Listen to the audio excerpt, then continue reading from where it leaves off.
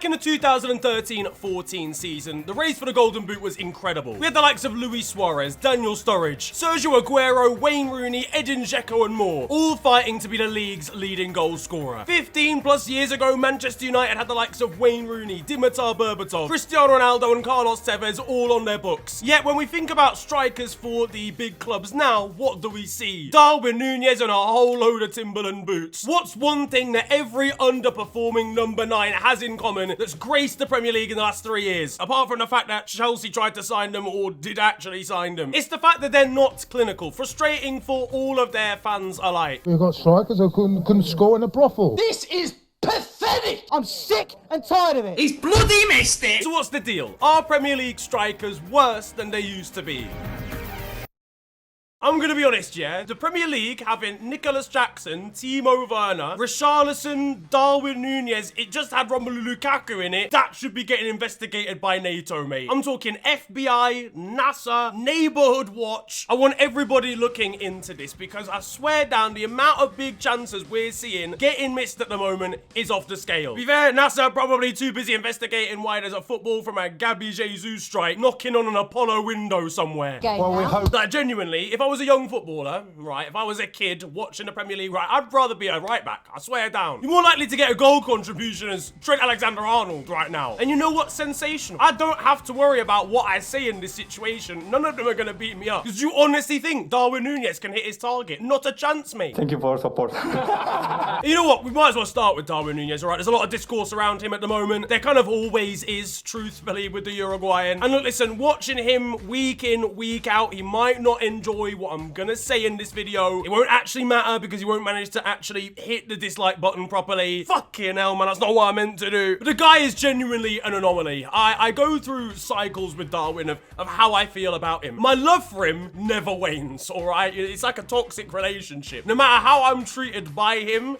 and how our football club is treated by him, how one-on-one opportunities are treated by him, I'm probably going to be let down 70% of the time, but just purely for the 30% of the time that I am treated right, I will stay with him. That is basically the analogy that I can come up with, but he is unbelievably frustrating. Only Erling Haaland has missed more big chances in the league this season than Darwin Nunez. As I'm recording this, I think Erling Haaland's at 30 and Darwin Nunez is at 26. The last time I checked that stat about 2 days ago, you know, that doesn't sound bad because, you know, Erling Haaland, oh my God, great striker, misses loads of opportunities. And he does. He also has considerably more goals than Darwin Nunez this season. Erling Haaland is obviously sat top of the Golden Boot race right now, whereas Darwin Nunez isn't even on the first page. And truthfully, that is not good enough. You know, he is meant to be the man that is kind of leading the line. And we knew he was a chaos baller from the jump. All I had to do was watch one highlights compilation of the guy at Benfica, and I knew what we were getting ourselves into. But the thought of that was fun at the time. It's getting slightly less fun because although he will always put his life on the line, die for the team and put his 100% in, and I will never stop supporting him for that very reason, no matter how poor he is in front of goal. But genuinely, you know, his name being Darwin is actually quite fitting because a scientific study is needed on this man. It's great to see kind of like, you know, in an era where, you know, a lot of striking drills and there's a lot of emphasis on, you know, finishing and being clinical in front of goal, these robotic strikers like Erling Haaland. It's great to see Darwin Nunez just has none of that whatsoever. When Darwin Nunez is up front, it means less, even though Liverpool are involved. But I do love him, and I want that to be known, even though he just frustrates the living daylights out of me. And another man that I'm sure frustrates, but a different fan base, has to be Nicolas Jackson. Maybe you need a little motivation. Yeah, I need a motivation tonight. Now look, Chelsea need all of the help that they can get, all right? The rest of the team is struggling around him. Defensively, they're a sham. We cannot behave in this way. I've been very disappointed with some of the new defenders they brought in. At times, I thought Axel Disasi had a lot of promise, even though he's not like the youngest defender in the world. He's been poor at times, I'm not gonna lie though. Kinda has been played out of position. Badia Chile's looked a mess at times. Thiago Silva basically looks like the only competent one in that defense, but they don't help themselves by not scoring properly either. I mean, without Cole Palmer's goals, they'd literally be getting relegated as things stand, and he should be getting some help from the man alongside him, the man that's meant to be getting the goals, the man through the middle. But honestly, it's about time that a Jackson here looked at the man in the mirror, because some self-reflection is seriously needed. This brother's highlights for the campaign 23-24 a complete shocker, and if I'm a Chelsea fan, genuinely at this point, put me out of my misery, mate. Just do it. Just pull the trigger. He opened Romelu Lukaku's old locker when the Belgian left to go to Inter. He found his Timberland boots in there. Convinced convince me otherwise. Either that or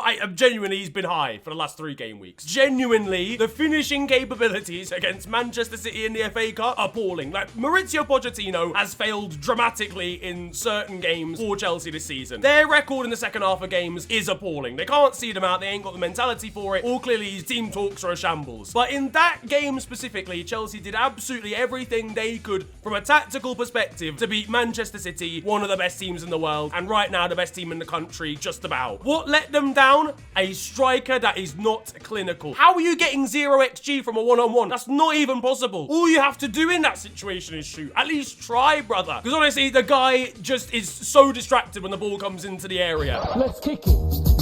Right, baby. A floated cross, he ain't thinking about getting on the end of it properly. So recently he ended up getting a trim that had like a blue, you know, coloured stripe down it. Looked pretty decent. But I think, honestly, that was distracting him. Like, I don't know if he was seeing the hair out the corner of his eye. He's decided to shave it all off. Look at the back of his head. He missed a spot. Imagine my shock, brother. Getting him to actually hit the target in any walk of life is genuinely a mission for the rest of his teammates right now. It might sound like I'm being harsh, but genuinely, like, Chelsea, out of all of the teams here and all the strikers that I'm going to mention, actually need another goal scorer. Cole Palmer can't just carry them through the rest of their lives. I mean, well, he can at the moment, but he needs some level of assistance. Tim Sherwood might genuinely have been right, you know, because he certainly needs someone more competent around him in the final third. Raheem Sterling has been so wasteful and useless at times. Nicholas Jackson, kind of the same. Madueke's been frustrating, although he has had sparks of brilliance. But if Nicholas Jackson is not careful, Soccer Aid will be calling him up. Match for hope even in Qatar. But there won't be any hope for him left. Then we've got the Tottenham troublesome duo. We've got Richarlison and Timo Werner. Richarlison, who, in fairness, has really, like, turned it around in comparison to his first 12 months at the club. 0 goals for a while. The guy had more yellow cards for taking his shirt off during disallowed goals than he did actual goals last season. It was criminal, but then again, he started this season quite well. Tottenham have kind of fallen off a little bit, but overall, it's not been a bad campaign, I would say, for him. Timo Werner's come in, not been too shambolic either, but there's still been some shocking misses. And overall, his general aura and his bad PR from his time at Chelsea will follow him throughout his time at Spurs. Like, having a miss compilation is just crazy. Like, I'm sorry, that's outrageous. The first thing that comes up when you type Timo Werner on YouTube is miss compilation, brother. I'm convinced this is where his family tree ends. There's no finishing in any walk of life for this man. But I tell you what, he'd be a very different footballer if the objective of football was just purely running in behind. He's sensational at that. And then we, of course, go over to Tottenham's North London rivals. All right, Arsenal. Yet again, according to football fans broadly, an area that has cost Arsenal something greater. You know, we said Chelsea could be doing a lot more. They could be in an FA Cup final if they had a more clinical striker. Arsenal could well have won a league title if they had a more clinical striker. Gabriel Jesus can link up the play, can provide flair. He's a skillful baller with an eye for a pass. His technique, unquestioned. But this guy is flappable anytime he's asked to finish anything. Lacazette might have even been good in this economy. Genuinely. And Arsenal fans were frustrated at him back in the day. Because if I'm an Arsenal fan, I'm asking whether we even need Jesus at this point. Like a disciple who's fed up that Christ has turned their Buxton bottle into a glass of Pinot Grigio again. Brother, please, it's hot out here, man. I'm dehydrated at the moment. So let's get into the details of this, all right? Let's get into the nitty-gritty. Let's take a look at the Golden Boot race for this season and the last few. For the 23-24 season right now, Erling Haaland, no surprise, leading the way. But obviously, Cole Palmer has had an unbelievable season since leaving Man City and going to Chelsea. His goal contributions are mental. He's a shoo-in now, you would say, for the Euro squad. To be honest, a start. He's sitting just behind Erling on 20. On 19 apiece, we've got Alexander Isak from Newcastle and Ollie Watkins. Both are having tremendous seasons. Aren't in traditional Big Six clubs, I guess. Ollie Watkins, of course, is sitting fourth in the league with Villa. After that, we've got Bournemouth's Dominic Solanke having a mental season overall. Shout out to him and Bournemouth. Then we've got Salah on 17. Then we've got Jared Bowen, Phil Foden, and Heung-min Son on 16. All of those very good players, all right? But how many of the guys I've spoken about in this video feature? And how many strikers really even feature? We've got Haaland, naturally, of course. We've got Ollie Watkins and Alexander Isak together, combined package there. And in fairness, Jared Bowen has been starting down the middle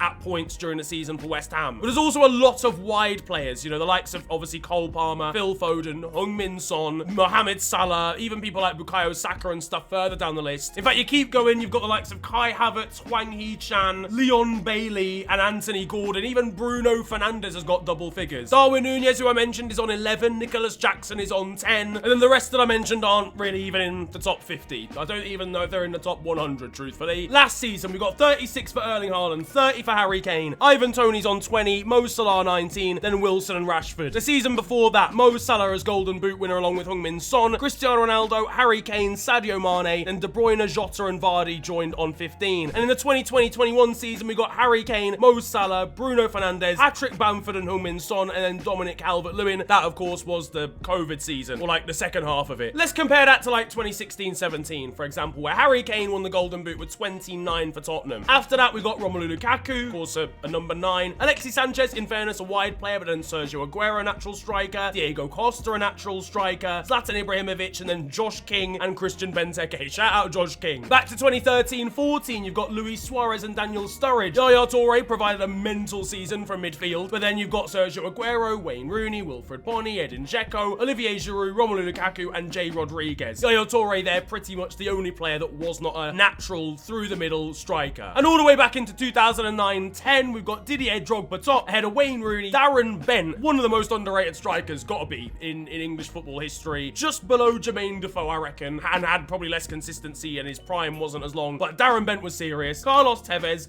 Frank Lampard again from midfield, then Jermaine Defoe, Fernando Torres, Cesc Fabregas, Emmanuel Adebayor, and Gabi Agbonlahor. So yeah, like 7, 8, maybe 9 years ago, there was still a bit of a trend of a few wide players cutting in, like a Hazard or Alexis Sanchez. Obviously, 15 years ago, it was basically exclusively strikers. Let's take a look at some of the OG strikers that were playing for United. Obviously, I mentioned some of them earlier. Wayne Rooney, Carlos Tevez, Dimitar Berbatov, Robin van Persie, Ruud van Nistelrooy, all played at Manchester United within the space of about 7 years. At Chelsea, you had the likes of Diego Costa, of course, Didier Drogba, Nicolas Anelka, Daniel Sturridge, Ida Gudjohnsen. Arsenal, of course, the great Thierry Henry, Dennis Bergkamp, Aubameyang, Van Persie again, and Adebayor. Liverpool, Suarez, Sturridge, Torres. Tottenham were fucking stacked. Defoe, Crouch, Robbie Keane, Darren Bent, and Dimitar Berbatov were at the club at the same time together. Manchester City had...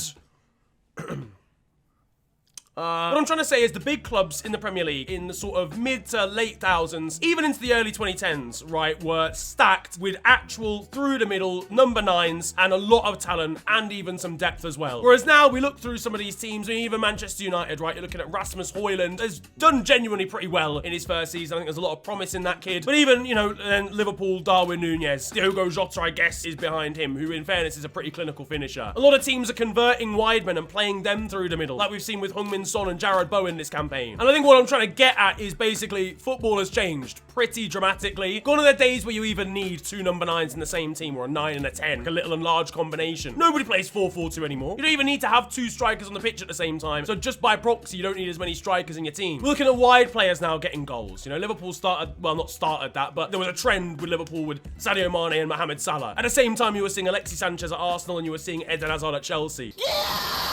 That felt like the start of goal-scoring wingers cutting in and getting into arguably more goal-scoring opportunities than the main men alongside them. There just ain't as many out-and-out strikers anymore as there were back in the day, because there isn't as much need for them tactically. But truthfully, yeah, there were frustrating strikers back in the day too. I mean, let me read you this list, okay? So I went through pretty much every one of the bigger teams, right, in the Prem, and kind of went through some of the strikers they've had from like 2006 to 2015. First of all, basically any striker Chelsea had at all during that time, immediately on the list. We're talking Fernando Torres, all right, at Chelsea, not the Liverpool version. We're talking Radamel Falcao. We're talking Alvaro Morata, Alexander Pato. Some of those obviously much more recent, but even flops like Andrei Shevchenko, Hernan Crespo wasn't as good as he should have been. At Arsenal, there were likes of Nicholas Bentner, I believe in his qualities. Marouane Chamakh, Alvaro Negredo, Roberto Soldado, Vincent Janssen at Tottenham. I mean, that was already kind of the beginning of the end for the number 9. At Liverpool, Aspas, Barini, Andrei Voronin. There's always been frustrating and terrible strikers. And truthfully, some of the strikers that you would consider great as well also may not have been as great as we think they were. You know, nostalgia is a big, you know, rose tinter. We end up perceiving a lot of the strikers that were playing in sort of the late 90s, the mid thousands or whatever, as being better than they were. Not because we want to, but just because some of the resources that we have now don't exist. If you missed match of the day, you weren't seeing any highlights, fam. If you went to school and you didn't see a bicycle kick from David Ngog, you just had to pretend that you saw it. Yeah, look, it was properly filthy. I shouldn't tell. Try us.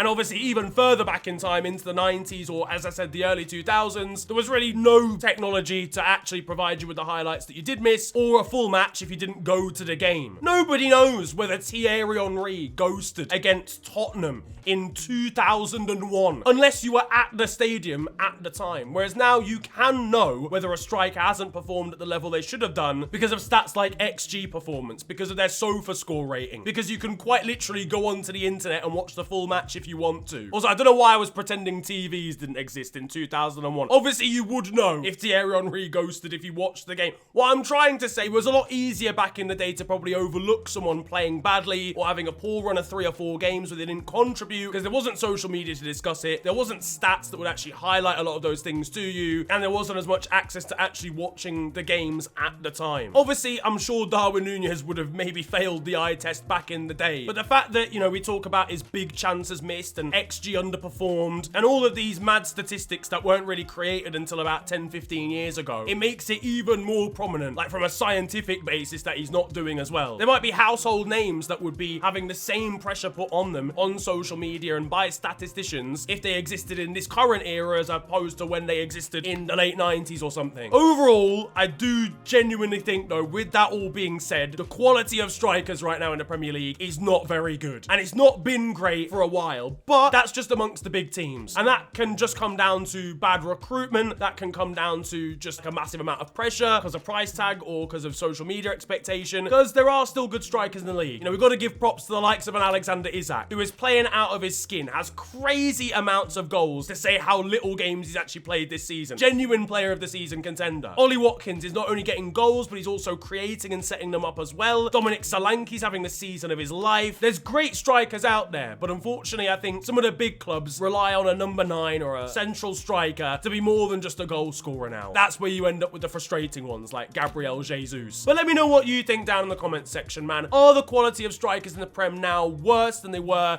back in the day? That though is going to wrap up today's video. I hope you have enjoyed. If you have, feel free to slap a like on the video, and of course subscribe if you are new to the channel. You can also follow me on social media. It is at @theofficialfng on Twitter and on Insta. It's been a pleasure ranting at you guys today. Have a wonderful day, enjoy yourselves, and goodbye.